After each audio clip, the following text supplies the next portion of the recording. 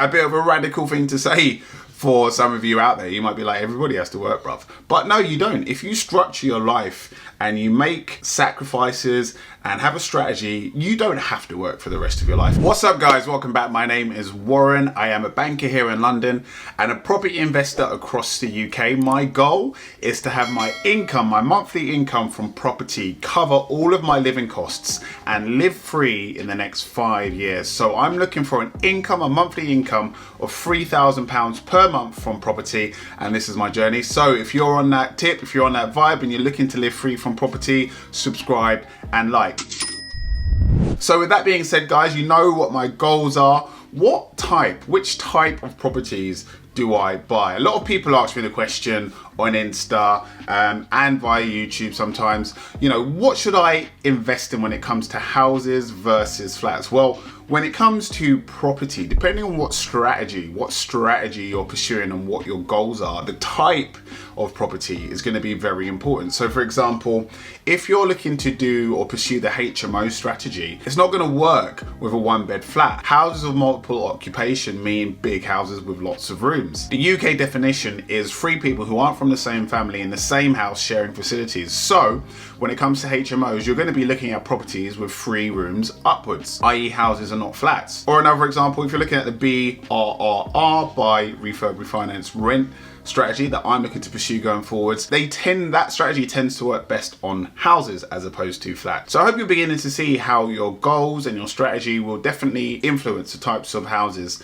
that you're going to buy. Another big factor, as it is for me, in terms of which properties I buy, is affordability. So my upper limit is round about £100,000. I wish I could get houses for £1,000. So when it comes to buying flats versus houses, generally speaking, first of all, I'm not buying property in London because the average price of a property in London is round about £550,000 right now. So that's it's off the table, guys.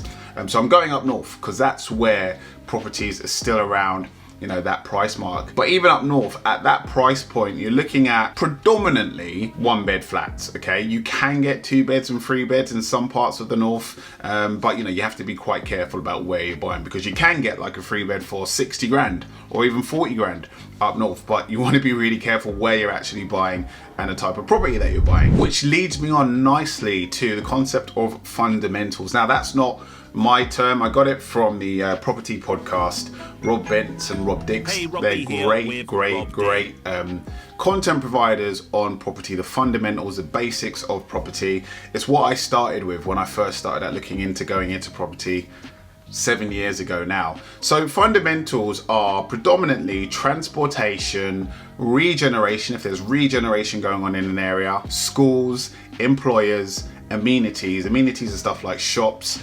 supermarkets, and I chuck an extra one in there, which is entertainment. So things like bars, pubs, cinemas, and that type of stuff.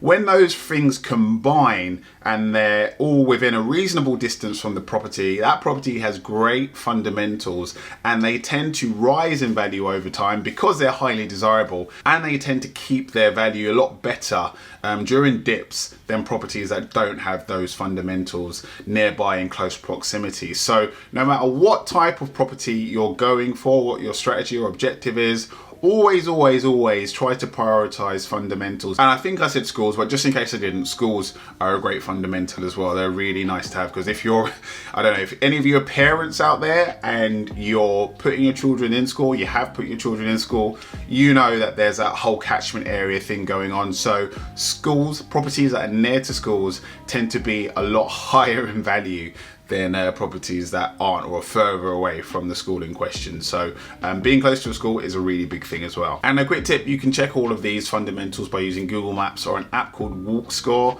I use it a lot when I'm looking at properties anywhere in the UK. Walk Score basically gives a property a score out of 100 based on how close it is to all of those fundamentals that I just mentioned. So really excellent hack for checking the fundamentals of a property. So which type of properties do I buy in the UK? Do I buy flats versus houses? Which do I normally go for? Well, let's go back to when I first started investing in 2018.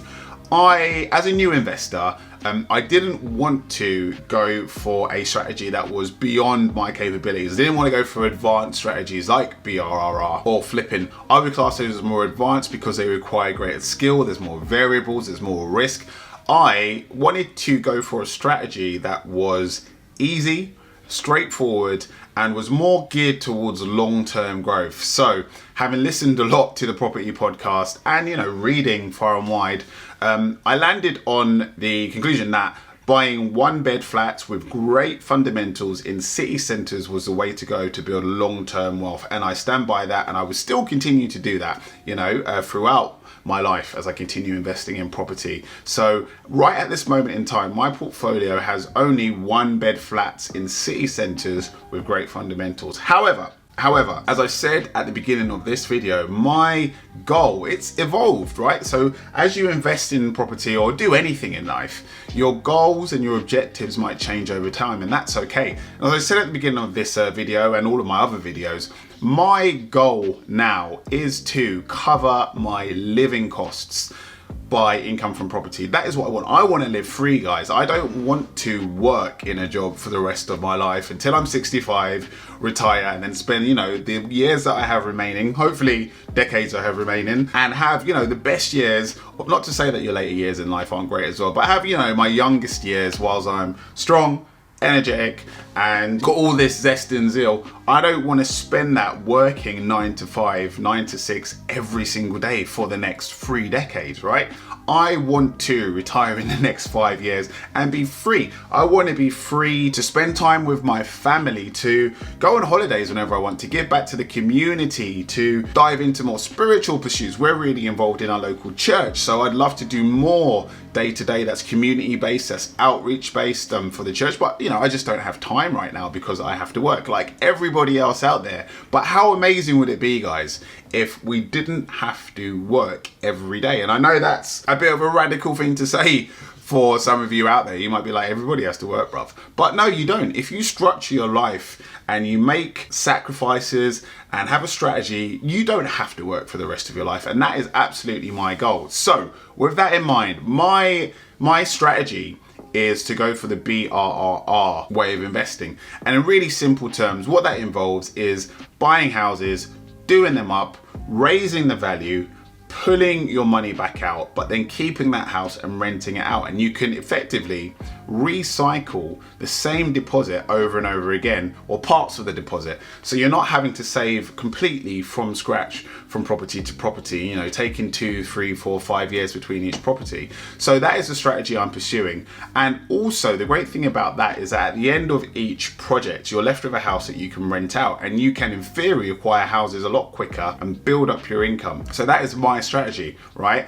And then in terms of which types of properties I'm going to be investing in to pursue that strategy, I am now starting to look at houses, freehold houses, as long as they're affordable within my upper limit. I said at the beginning my upper limit was £100,000, and I say that you can find those houses. You can absolutely find those houses up north, but it takes a lot more due diligence. You have to be careful about where you invest and the house that you're getting for your money, and you have to factor in, how much value can I increase this actual house for? Because every area does have a ceiling. So if I'm investing in, Manchester, in most places in Manchester, I buy a 100,000 house, I could put a helicopter pad, a swimming pool there, I could build a zoo in the garden, right? But there's going to be a certain limit to which a house value will increase. Like, it's not going to go to 1 million, 2 million, no matter what I do there in most parts of Manchester. I'm sure there are parts of Manchester, niche parts where that can happen, but for most parts, it's not going to happen. There's going to be a limit. So that all needs to be factored in. So that is my strategy, guys. That is my strategy. Those are the types of houses I'm going to be investing in. And another element, guys, is that the houses that I'm going to invest in to pursue the BRRR strategy,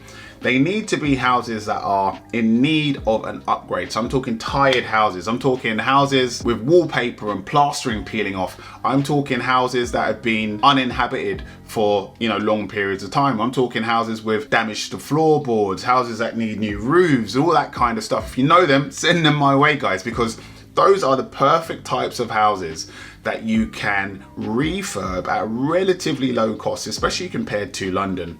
and drive up the value by doing some work over a couple of months. I'm not looking at houses that have been bombed and down to the last bricks. You know, there's a scale to this, so I'm not looking for houses right at the bottom of the scale, you know, that are on their last legs. But that is my strategy, guys. What's yours? What's your strategy? What's your goals? And what type of houses are you looking to invest in? Let me know in the comments below.